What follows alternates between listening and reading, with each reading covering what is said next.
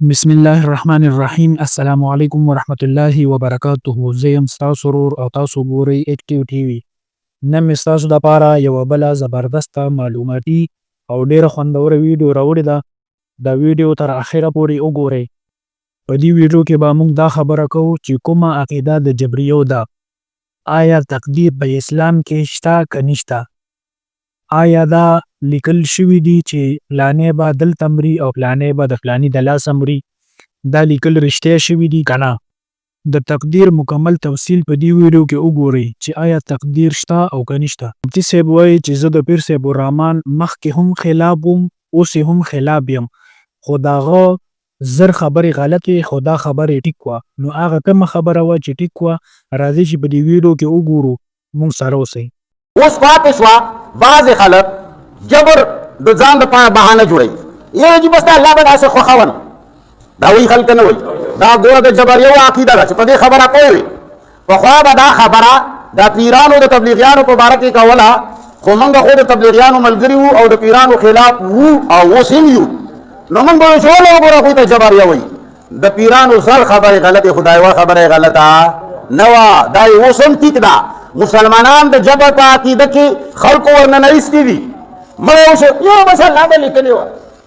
ګاډي باندې سړی و یو بس الله به لیکلې وه. هلکه چې الله به لیکلې وه نو ستا لور که چا د لاسه ونیوله نو مړي بیا ولیکئ، خو لیکلې وه که. او چې ته کله بیمار شي چې ته وایي چې الله به لیکلي وو، دا بیماري به الله لیکلې وه، نو بیا ډاکټر له ولې ځي. د الله لیکلو نه ځان خلاصوي هلکه. او دا درې ورځې پس چې جوړ شي وایي د الله لیکل دې وران کړل. دا خبرې د جبر دي، دا اسلام سره تعلق. الله تعالی داسې څه خبرې لیکلي د تقدیر په نامه چې کوم خلک څه شی یادوي چې تقدیر دې د ټولو خلکو په باره کې لیکلي دي، دا به دلته مري، دا به داسې مري، دا به داسې مري، دا به داسې مري، دا تقدیر دی، هغې نه څوک وتلی نه شي. دا قرآن سره تعلق ځکه که الله دا لیکلي وي چې ته به داسې مرې، د دغه د لاسه به مرې، په دغه ټایم به مرې، په دغې ګولۍ به مرې، په دغه ځای به مرې، بیا چې الله تعالی ماتې نیسي بد کوي که نه کوي؟ هلکه دا خو الله لیکلي دي چې داسې به کېږي، اوس مجبور یم چې دا عمل کړمه. یاره الله داسې لیکلي وو چې تا به د کمره پلانی غړوي، دا که ما نه وی غړولی خو بیا خو زه کافر کېدمه. په خبره پوهېږي؟ یو دی د الله علم چې الله ته پته ده چې کېږي به څه، دا شته. یو دی تقدیر چې الله لیکلي دي چې داسې به کېږي، دا سوچه دروغ دی. الله علم شته، د تقدیر په نامه چې مسلمان څه وایي دا سوچه دروغ وایي. الله تعالی هېڅ چا ته داسې نه دي لیکلي چې ته به خامخا دلته مرې او ورته پته ده چې دی به دلته مرې. خو تا نه داسې نه دي لیکلي، تا نه داسې لیکلي دي چې که د سړي بچي په شان ګرځې، ناکاره کارونه نه کوي، چرسونه نه څکې، نشې نه کوي، ایسونه نه کوي، بېکاره خوراکونه نه کوي، نو 200 کالو ته هم کېدای شي ستا ژوند ورسي،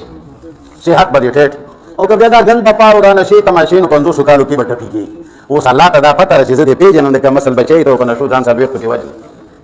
دا د الله علم دی، دا تقدیر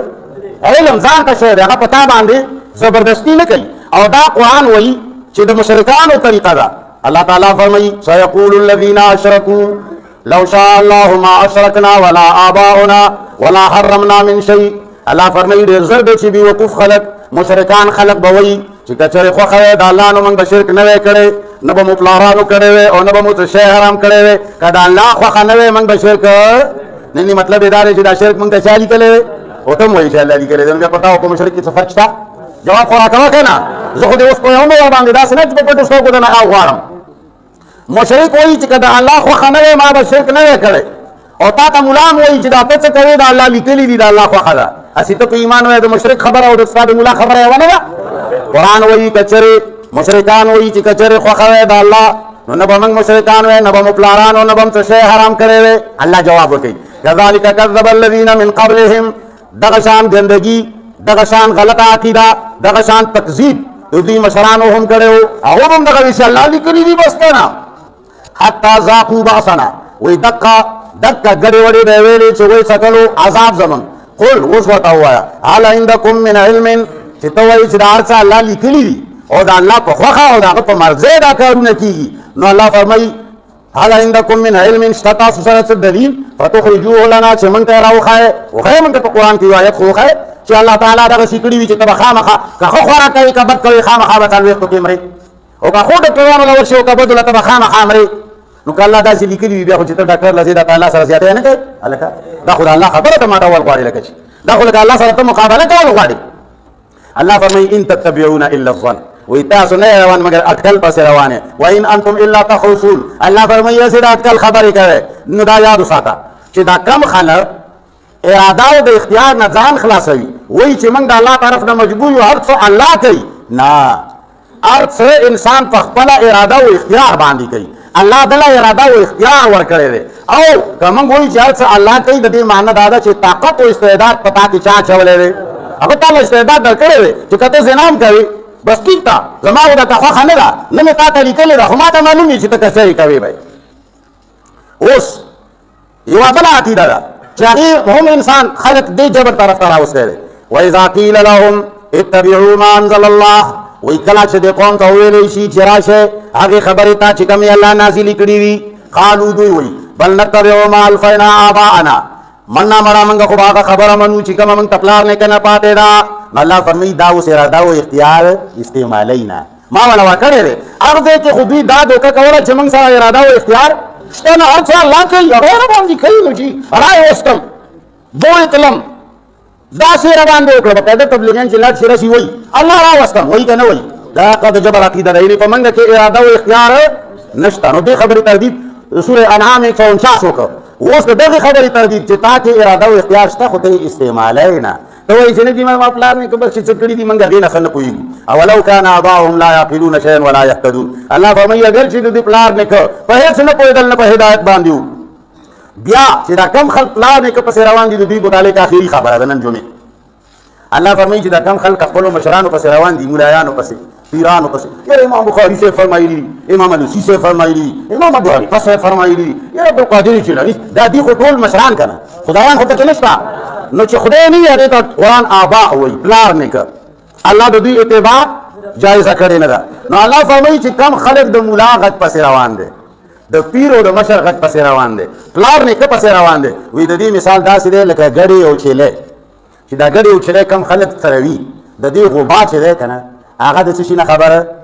دا غوبا او دا شپونکی یو څه ټکي استعمالوي هغه ټکي که د غوبا او شپونکي نه پوښتنه وکړي چې څه معنا یې ده دا غوټه په معنا شپونکي له ورځي هلکه جواب راکوه پلار له به یې ورشي نیکه له یې ورځي او دا ګډو له چې کوم ټکی کوي هغه ګډو له ترجمه ورځي خو چې ګډو له کله هغه اواز دی وکړي ګډي هغه اواز سره خپله تاویږي راتاویږي که نه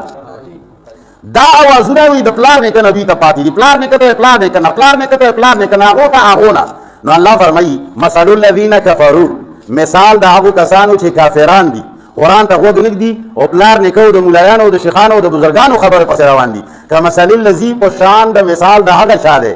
ینعقو بما لا یسمع الا دعاء و نداء چې هغه اواز وباسي پې پوهېږي نه خو پلار نیکه نه دته اواز پاتې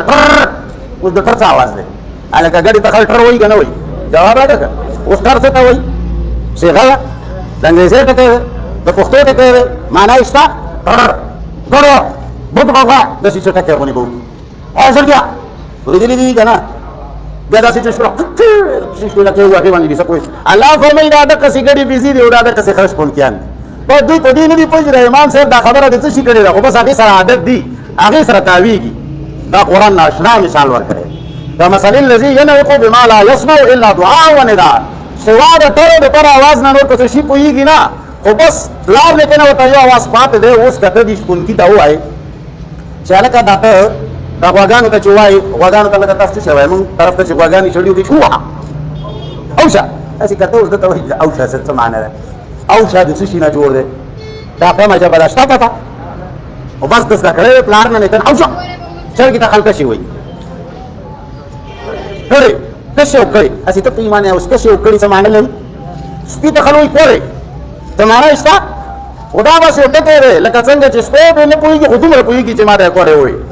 بس اوس دې ځای نه ځه خیر دی نشته دقسې دا دي چې امام صاحب فرمایلي دي بخاري صاحب فرمایلي دي چې پلان کې خلکه ګډې بېزې د ځان نه مه جوړوئ ژوندي ذات ژوندي کتاب ته ځان اماده کړئ انشاءالله په دې به عمل کوو که نه به کوو دغسې ځانونه پوهوئ زمونږ د جمعې تقریر ګوره ګپ نه وي دا د الله پر فضل د پوهولو والا تقریر دی په دې کې د یو آیت موږ نقشه ږدو خلکو ته دا خلک موږ ځان پسې روانول نه غواړو دا د الله کتاب پسې روانول غواړو اللهم صل علی محمد وعلى ال محمد